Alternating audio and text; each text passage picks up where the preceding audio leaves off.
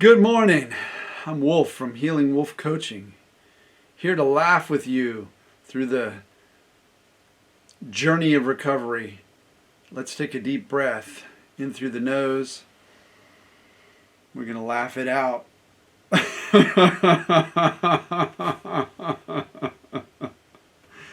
Laughter is so powerful. Today, let's talk about the Indigo Girls, a band that I grew up with and a great folk duo. They had a song called Closer to Find, which I actually sang in a talent show, a battle of the bands with a couple of friends of mine in high school.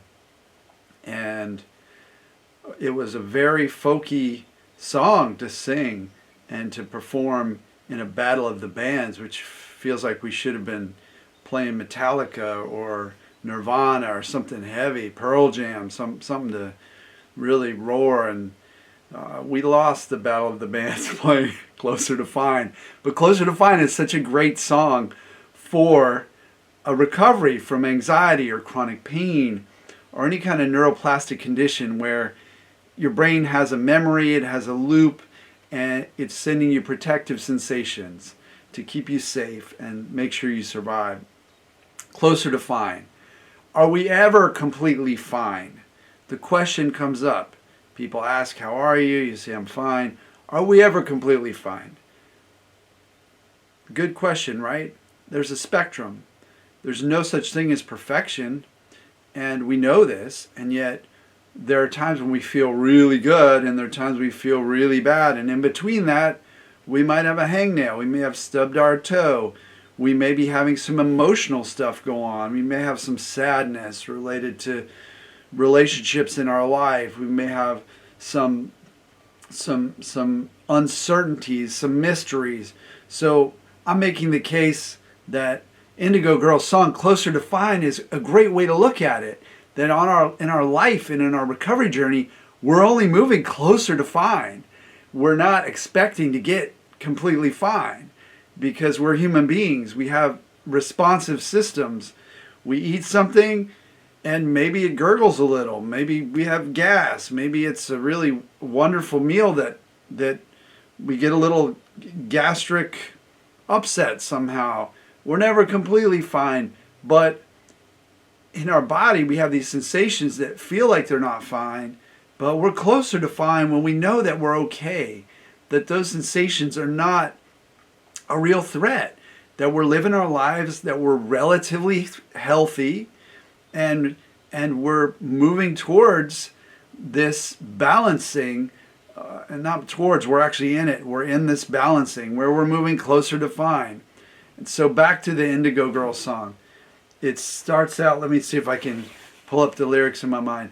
I'm trying to tell you something about my life. Maybe give me insight between black and white. Insight between black and white. What does that mean on a recovery journey? That it's not black and white. A lot of people get an attitude that it should be black and white. They think if they do something that immediately they're going to get a black and white response. Okay, I went from black of intense panic attacks to the white of feeling blissful and just happy all the time, laid back like I'm in Jamaica and I got a reggae attitude. I have found in my own life and with clients, friends, that black and white thinking is not helpful. It's actually destructive because life doesn't come at us that way. There's rarely a case where you can find a person, place, thing, event that's completely evil, that's completely black and white. I mean, black and white could even be like, the white could be white people in white robes, completely evil. The black could be complete blackout in isolation. So even black and white themselves can be interchanged. But let's look for the gray. Let's look for the path forward, the middle path, as Buddha said, where everything isn't completely bad, everything isn't completely good. We have that yin yang as well, where you have the black and the white swirl, and then there's a little white dot in the black, there's a little black dot in the white. So looking at things that way is more relaxing for our minds, and better for our recovery. Because if we can see things on a gray scale, on a non-dualistic scale, then we're less likely to get agitated. It's a way of seeing the world and seeing our recovery that, yes, we may have this up and then down and then up and then down and then up, and not judging as we go. The black and white mind is judgmental. It's always judging every situation. And that judgmental attitude will often turn to negativity, which feeds into pain, trauma, insomnia, all that kind of stuff. Makes us have more anxiety. If we believe black and white, no, it's a grayscale. If as anxiety's fading out over time, you might get some episodes where you go and do something and it's kind of gray. Other times it might be completely black or completely white. You think it is, but in reality, there's probably some part of your body that's feeling relatively safe, relatively okay. That's why in my somatic practices, I will actually have you locate the parts of your body where you're feeling good, where you're feeling all right, even if you have extreme pain or even if you have extreme anxiety. There are parts of your body, there are parts of your sensory experience that actually feel good. So that's the Indigo Girls line. Give me insight between black and white. That there's a pleasurable spot right here, even if there's a painful spot over there. Or there's a calm right here, even if there's anxiety right here. Or even if my heart is racing, my feet feel pretty solid on the ground. Next line in the Indigo Girls song, Closer to Fine is, the best thing you've ever done for me is to help me take my life less seriously. It's only life after all. When I was on a journey of pain, everything became serious. I was down in it. I was down in hell. I was down in the dirt. I was down on my knees, like panic attacks and such intense pain that it felt like someone was cutting my leg off. I mean, it was just really intense. So I was so serious. And then there was cold winters near Seattle and storms and flu and isolation. And how did I find my way out of that? I learned how to take life less seriously. I still sometimes do take life seriously. I fall into that pattern. It's a pattern that serves us at times to look at something and focus on it. But taking things really seriously means fear. You bring in fear in. The serious mindset. If you're out in the jungle and a bear comes at you, are you going to be laughing? Or are you going to be serious? Like, okay. So the mind brings in this serious energy when it feels like there's a threat. And it brings in lighthearted energy, laughter, smiling, when everything's safe, especially if we're surrounded by a group of people, we're laughing. And speaking of that, I started a new Instagram channel. It's called Laugh with Wolf. And check it out. I have 2 episodes so far where I meet with a person and we laugh for a minute. You'd be surprised at how hard it is to laugh for a minute. For folks who are not used to laughing for a minute. But after you laugh for a minute and you're pushing yourself to laugh, it's unconditional laughter. There's no joke or comedy, whatever. There's nothing really funny. You'll find that the real laughter actually comes in, and that's a beautiful thing. And then as you do that, you also find that your whole attitude becomes lighter. And that practice of laughter really helped me. It's only life after all. Okay, so then the next line in Indigo Girls song is, darkness has a hunger that's insatiable, and lightness has a call that's hard to hear. That's a great line, because we're pre-programmed as human beings who evolved in challenging times to have that darkness has a hunger that's insatiable. That means like the negativity bias that we come with. We're always looking for danger. We're always looking for what's wrong instead of what's right. We start looking for what's right in life, then that totally transforms our mind and transforms our pain, our anxiety, our panic attacks. All that gets transformed. So lightness has a call that's hard to hear. It can be. Like like to be able to get our unconscious mind to have that lightness, to feel safe, to feel comfortable, to feel easy, to feel strong and brave. That can be hard to hear at times. So we need to cultivate it. We need to ask ourselves affirmations, not affirmations, affirmations, like how am I brave? How am I strong? How am I moving forward? And then mind will answer.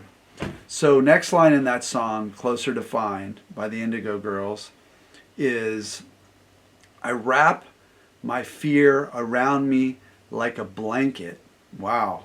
Isn't that amazing? You wrap the fear around you like a blanket. And that feels comforting.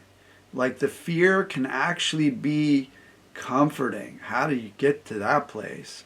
How do you get to where it can be comforting? Well, it gets comforting when you realize that it's your own mind, your unconscious mind protecting you. It's trying to create a protective shield, a blanket around you. Once you realize that, it loses its threat.